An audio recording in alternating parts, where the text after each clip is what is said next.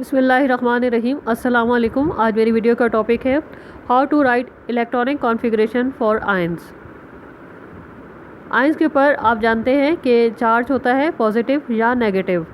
अगर किसी आयन के ऊपर पॉजिटिव चार्ज है, इसका मतलब ये है कि इसमें इलेक्ट्रॉन्स प्रोटॉन्स के मुकाबले में कम है। फॉर एग्ज़ाम्पल, अगर किसी एटम के पास 8 प्रोटॉन्स हैं तो उसमें इलेक्ट्रॉन्स लेस दैन 8 होंगे, 7, 6 या 5 होंगे। हम सपोज़ करते हैं कि 7 इलेक्ट्रॉन्स हैं। एक प्रोटॉन के ऊपर चार्ज होता है +1, 8 प्रोटॉन्स का नेट चार्ज हो जाएगा +8। एक इलेक्ट्रॉन के ऊपर चार्ज होता है -1, 7 इलेक्ट्रॉन्स का नेट चार्ज हो जाएगा -7। नेट चार्ज जो कि हमें आयन के ऊपर लिखा हुआ नज़र आएगा वो इन दोनों के डिफरेंस के बराबर होगा, यानी कि इस केस में +1। अगर किसी आयन के ऊपर नेगेटिव चार्ज है, इसका मतलब ये है कि इसमें इलेक्ट्रॉन्स जो है वो ज़्यादा है प्रोटॉन्स के मुकाबले में। अगर किसी एटम के पास 8 प्रोटॉन्स हैं तो इसमें इलेक्ट्रॉन्स 8 से ज़्यादा होंगे, 9, 10 या 11 हो सकते हैं। सपोज़ करते हैं 9 इलेक्ट्रॉन्स हैं। 8 प्रोटॉन का चार्ज होगा +8, 9 इलेक्ट्रॉन्स का चार्ज होगा -9 और नेट चार्ज जो कि हमें आयन के ऊपर लिखा हुआ मिलेगा वो इन दोनों के डिफरेंस के बराबर होगा, यानी कि इस केस में -1। अब हम देखते हैं कि पॉजिटिव आयन और नेगेटिव आयन की इलेक्ट्रॉनिक कॉन्फ़िगरेशन किस तरह से लिखी जाती है। अगर हम किसी नेगेटिव आयन, जिसको हम एनायन भी कहते हैं, इसकी इलेक्ट्रॉनिक कॉन्फ़िगरेशन लिख रहे हैं तो हमें इसमें इलेक्ट्रॉन्स ऐड करना होंगे, क्योंकि मैंने आपको बताया कि नेगेटिव आयन में इलेक्ट्रॉन्स प्रोटॉन्स के मुकाबले में ज़्यादा होते हैं और ये इलेक्ट्रॉन ऐड होंगे आउटर मोस्ट सब शेल में।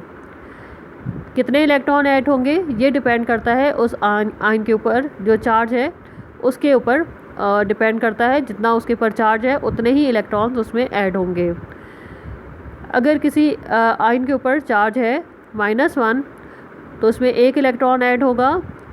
अगर आपकी गिवन आयन के ऊपर चार्ज है -2 तो 2 इलेक्ट्रॉन्स ऐड होंगे, और अगर चार्ज है -3 तो आप उसमें 3 इलेक्ट्रॉन्स को ऐड करेंगे। अब आते हैं पॉजिटिव आयन या कैटायन की तरफ। पॉजिटिव आयन को कैटायन भी कहते हैं।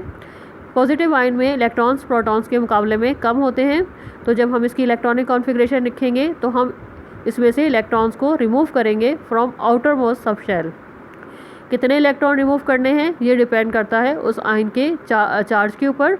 अगर आपके गिवन आयन के ऊपर चार्ज जो है वो +1 है तो आप उसमें से 1 इलेक्ट्रॉन को रिमूव करेंगे।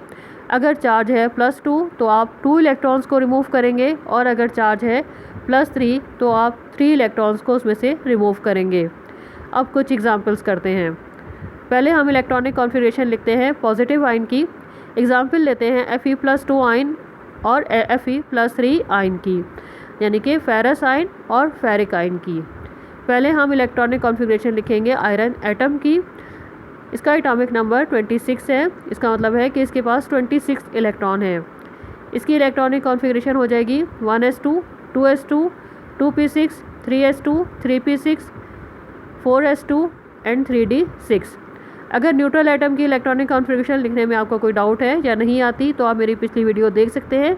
इसका लिंक मैंने डिस्क्रिप्शन में भी दे दिया है, और आप चैनल की जो प्लेलिस्ट है उसे भी देख सकते हैं। अब हम इलेक्ट्रॉनिक कॉन्फ़िगरेशन लिखेंगे Fe+2 आयन की। इसके पर चार्ज +2 है तो इसमें से 2 इलेक्ट्रॉन हमने रिमूव करने हैं, और ये इलेक्ट्रॉन रिमूव होंगे from outermost subshell. Outermost subshell देखने के लिए हम शेल नंबर देखेंगे।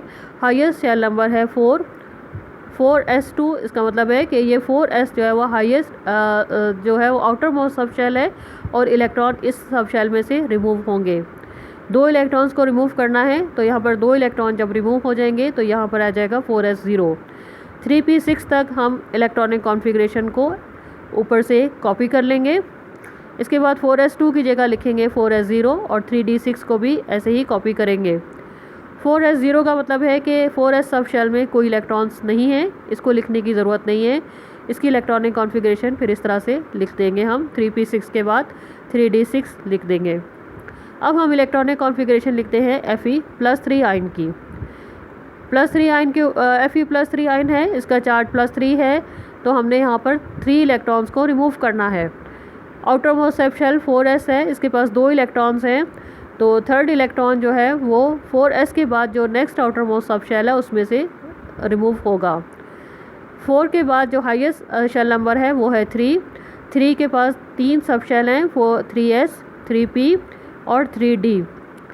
अब इसमें से एक सब शेल जो है वो आउटर मोस्ट होगा। वो कौन सा होगा? वो वाला होगा जिसमें इलेक्ट्रॉन सबसे आखिर में गए हैं, यानी कि 3d6। ये second outermost subshell है।